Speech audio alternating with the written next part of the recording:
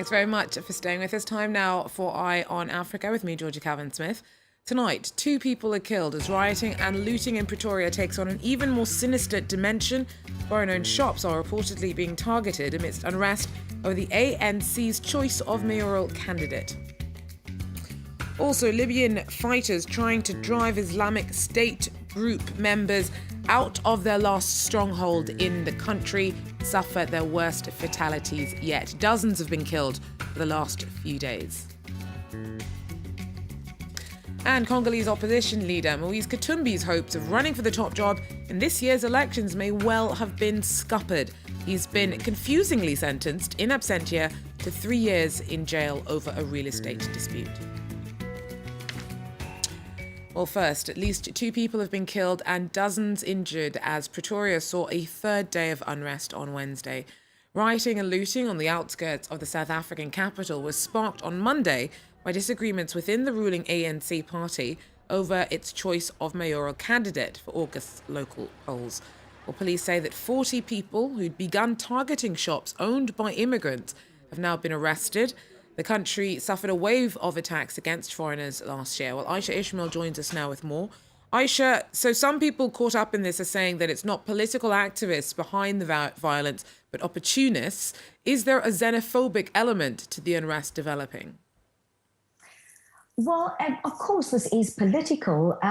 We've seen unprecedented protest action against the government under Jacob Zuma's rule.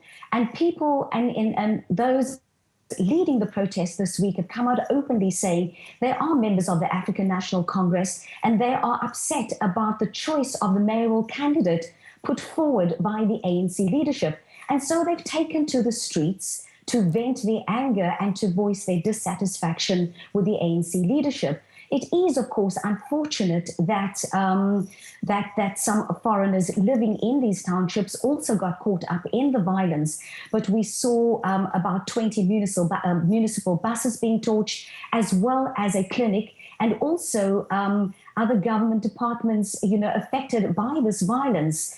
But this really is protest action against the African National Congress. So all this unrest really highlights divisions within the ruling party. What does it all mean for the future of the ANC and for President Zuma's leadership? Well, a political commentator I spoke to earlier today was very blunt about her analysis of the situation. She was saying this is what you get when you have a self-serving leadership obsessed with self-enrichment, who have forgotten about the ordinary and the poor people.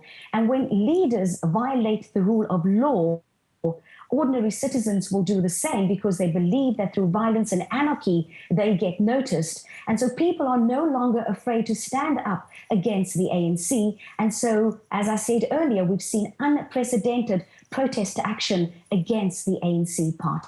Thanks very much. Aisha Ishmael there for us in Cape Town. Well, bosses at Zambia's biggest independent newspaper are accusing the government of using an unpaid tax bill to try and gag them. Police tear-gassed protesting staff who turned up to the Post on Wednesday after its offices were shuttered by tax officials on Tuesday night. Now, journalists claim the paper's being targeted by Edgar Lungu's administration because of its critical editorial policy. Presidential elections are due in August. Well, the Post's editor says that authorities ignored a court order preventing closure of the Post over a disputed debt of over €5 million.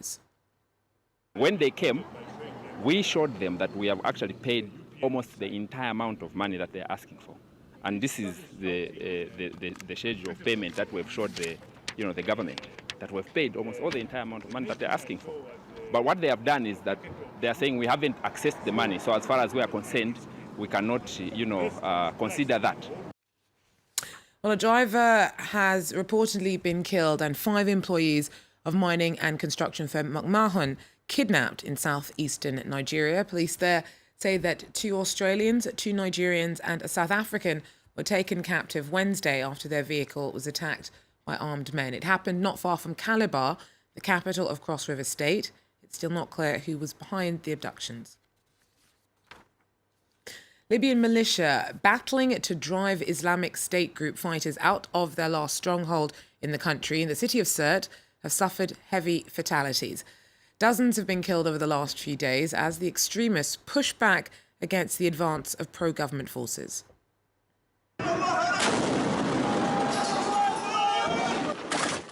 These men fighting the Islamic State group in Sirte come mostly from the city of Misrata. They are aligned with Libya's UN-backed unity government. They launched their campaign to take back Sirte a month ago. The Libyan forces swiftly recaptured ground west of Sirte, but the jihadists are now entrenched in the city's centre and often use suicide bombers. On Wednesday, the Libyan fighters said they lost more than 30 men in clashes the previous day, one of their heaviest tolls in this campaign. As can be seen here, several militants from the Islamic State group were also killed. 2 years ago, the Islamic State organization took advantage of Libya's political turmoil to settle in several of the country's towns. But it has struggled to retain territory. Its stronghold is Sirte, the hometown of former Libyan leader Muammar Gaddafi. It took control of the city last year and made it its most significant base outside Syria and Iraq. And that's why these men are so eager to win the Battle of Sirte. In DR Congo, opposition leader Moise Katumbi was sentenced in absentia to 3 years in jail over a real estate dispute on Wednesday. He had been planning to run in elections due later this year, but the ruling effectively puts an end to that. His legal team alleges that he's been politically persecuted by President Joseph Kabila and that at least one of the judges was pressured into the decision. Thomas Nicolon tells us more. Congolese justice is not done with Moise Katumbi yet. The former governor of Katanga has been sentenced today to 3 years in jail over a real estate dispute. The court in Lubumbashi found him guilty of fraud over the purchase of a building. Moise Katumbi is in Europe right now where he's getting medical care. He left DR Congo last May after being accused of recruiting foreign mercenaries. I talked to Moise Katumbi's lawyer just a few minutes ago and he told me that the government was just hassling Mr. Katumbi and that it was getting personal. The government spokesman, Lambert Mende, told me that democracy was working well in this country and that even though Moise Katumbi said that he wanted to run for president this year, well, Moise Katumbi could still be sued. But one thing is certain now, after being sentenced to 3 years in jail, Moise Katumbi is ineligible to stand.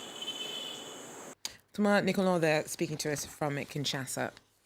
Well, the last Muslim neighborhood in Central African Republic's capital continues to suffer bouts of violence. Several people were killed in the PK5 district of Bongi this week after a gunfight broke out between crowds and peacekeepers. Our correspondent sent us this report. At Ali Babalo Mosque, the Muslim community are mourning lost loved ones. In the PK5 area of the capital, there were clashes between UN peacekeepers and a group of armed civilians. The fighting was sparked by the kidnapping of 6 police officers at the weekend. Tension mounted. A trader came out with a gun and started firing on UN personnel. It was a man who owned a hardware stand in front of EcoBank. He left his stand and shot at the Rwandan contingent. They panicked and started shooting at everyone, even at those in the market.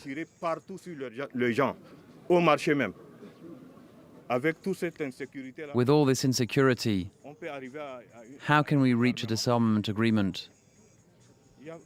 We have gone back to square one.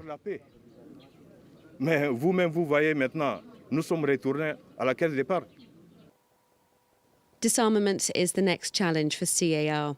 The international community has started a new programme called DDR, or Demobilisation, Disarmament and Rehabilitation. The head of the UN force here believes things have to move quicker.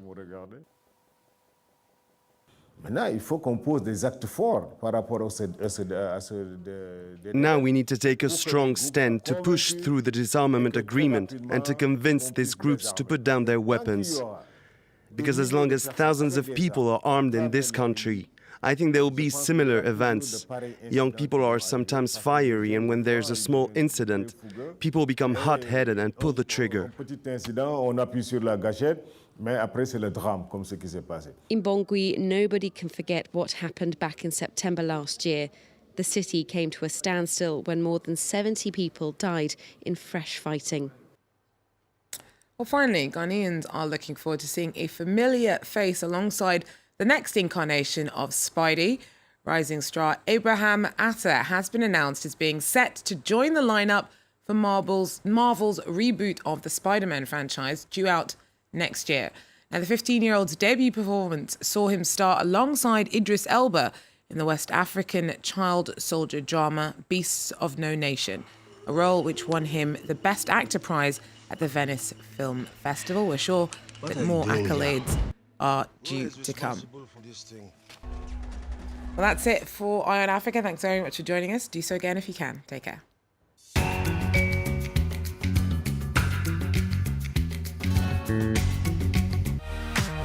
The 51%. Hello, I'm Annette Young, the host of the 51%. Now, can you name 3 famous women painters? I suspect, like me, that you're probably finding it a struggle, which is why in this special edition we're focusing on women in art and asking if indeed the push for gender equality has reached the art world. Join us here on France 24. The 51% on France 24 and on France24.com.